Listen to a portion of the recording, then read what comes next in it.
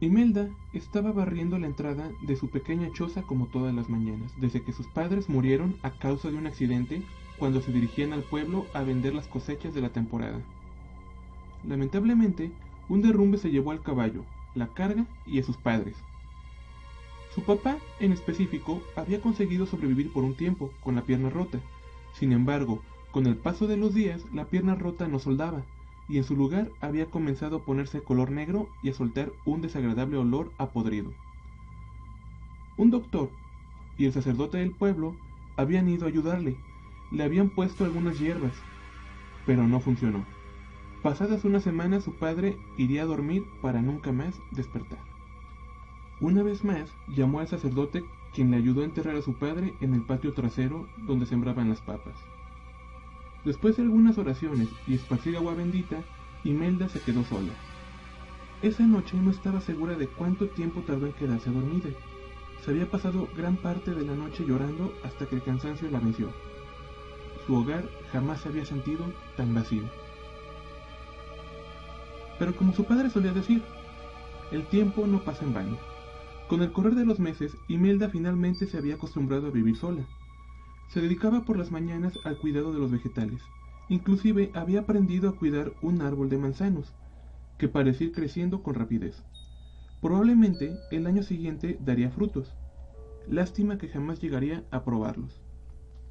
Inclusive, después de muchos intentos, aprendería a usar esas cosas traídas de tierras lejanas.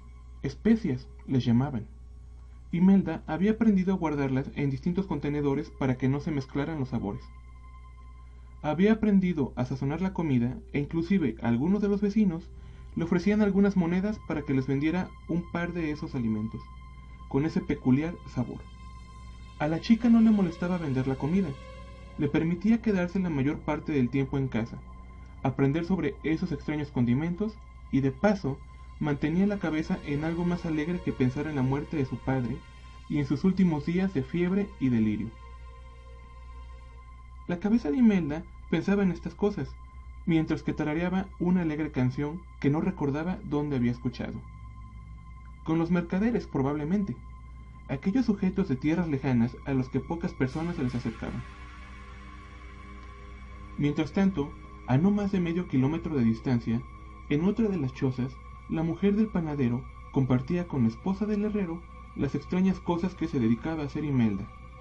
Aparentemente, pasaba todo el día en casa y casi no hablaba con nadie.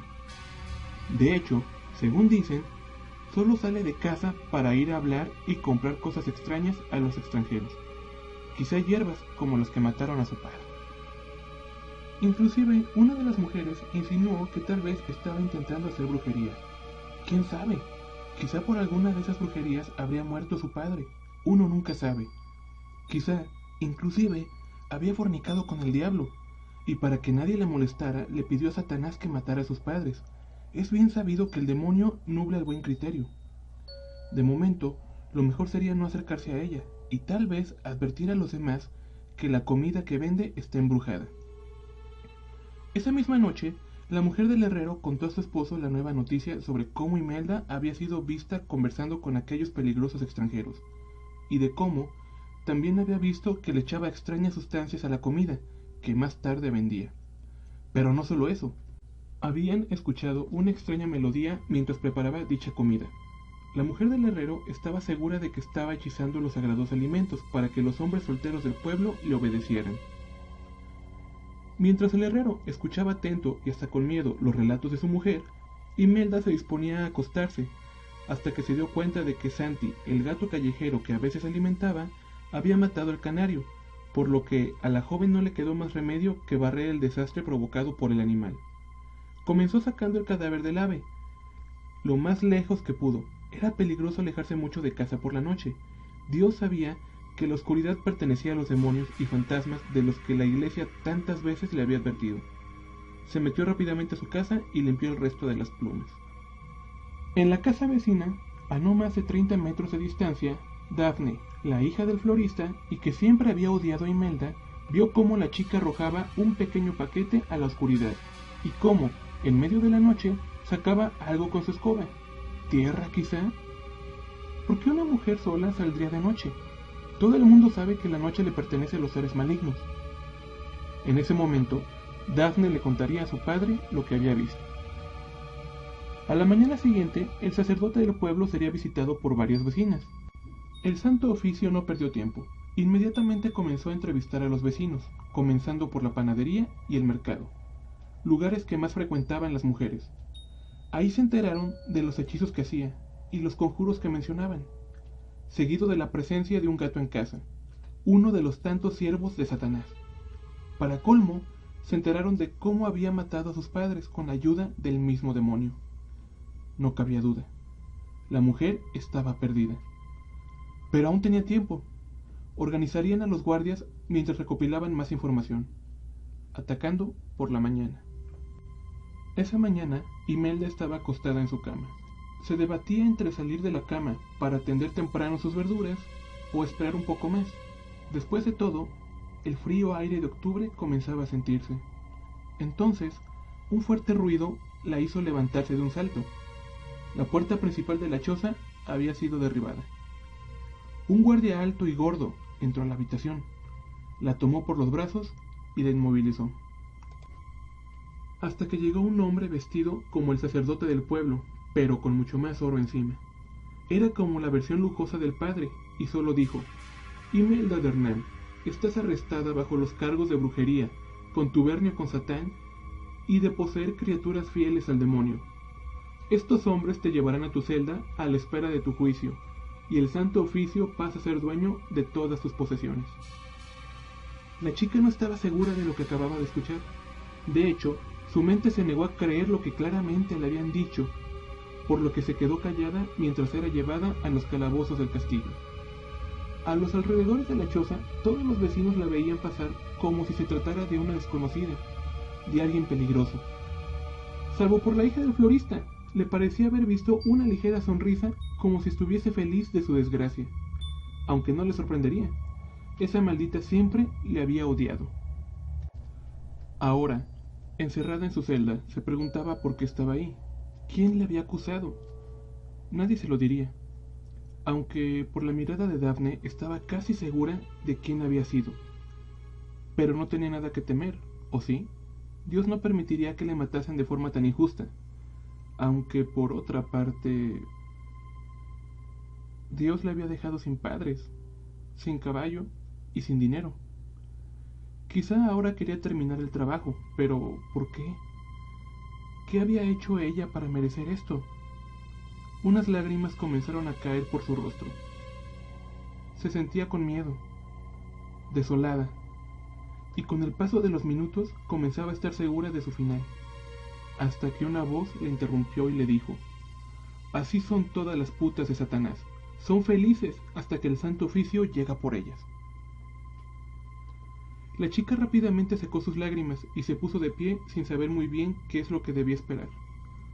Después de todo, su padre siempre le había enseñado que, sin importar lo que viniera encima, siempre debía mostrarse valiente.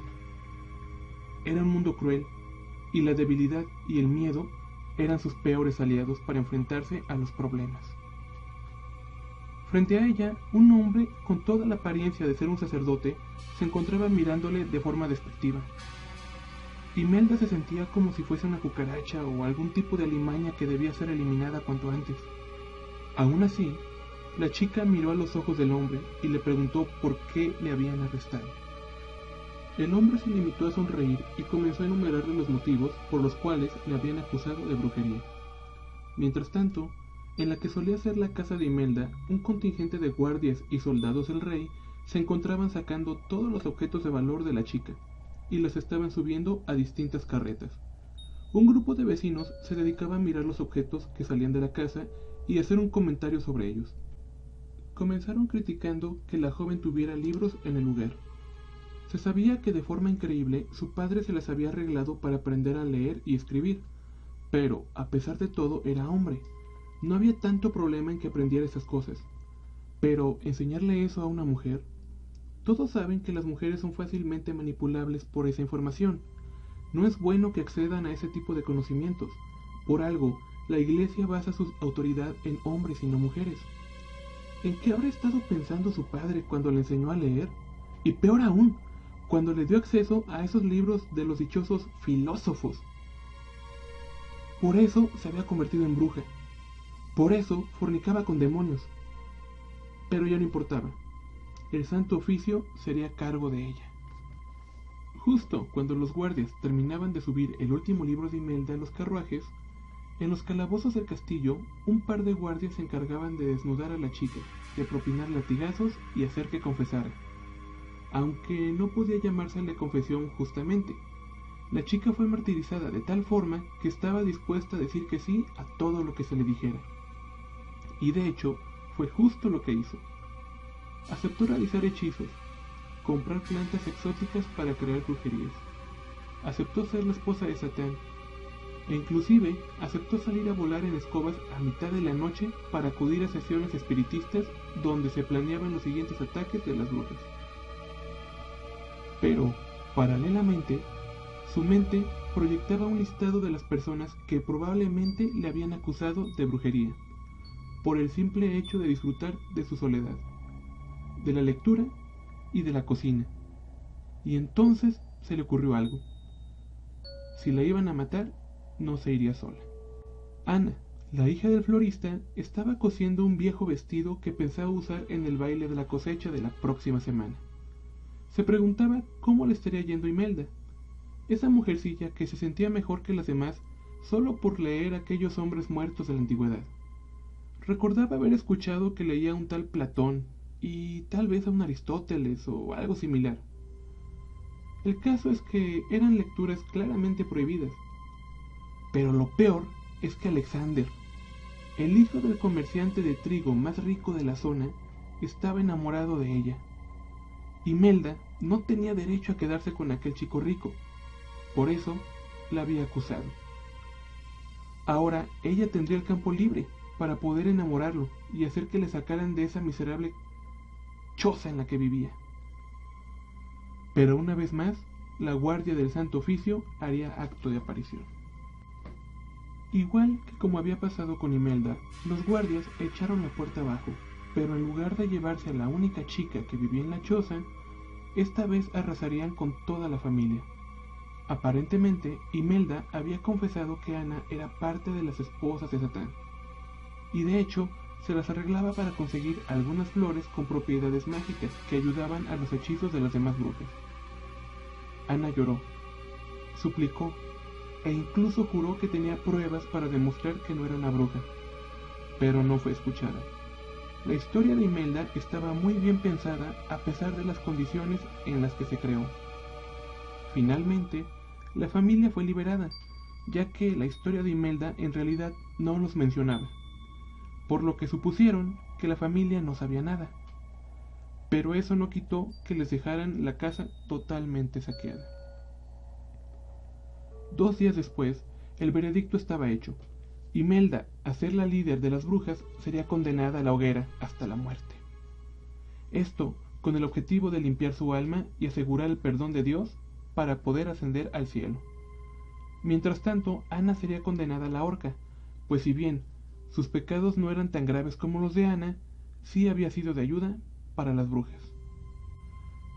Tiempo después, y para variar, la mujer del herrero y la mujer del panadero se encontraban contándose mutuamente cómo la hija del florista le entregaba paquetes misteriosos a Imelda, y cómo Ana era vista constantemente saliendo del bosque prohibido con pequeñas cajas que se negaba a decir qué era. Cosa que, evidentemente, jamás había ocurrido. Pero lo que no sabían era que Ana, antes de ser condenada a ser colgada, había dado sus nombres, asegurando que estas 2 mujeres aprovechaban cuando sus esposos salían a trabajar para entrar en contacto con seres oscuros, tal y como hacía ella. Si Ana iba a morir, no lo haría sola. Después de todo, esas 2 mujeres también murmuraban en contra de ella.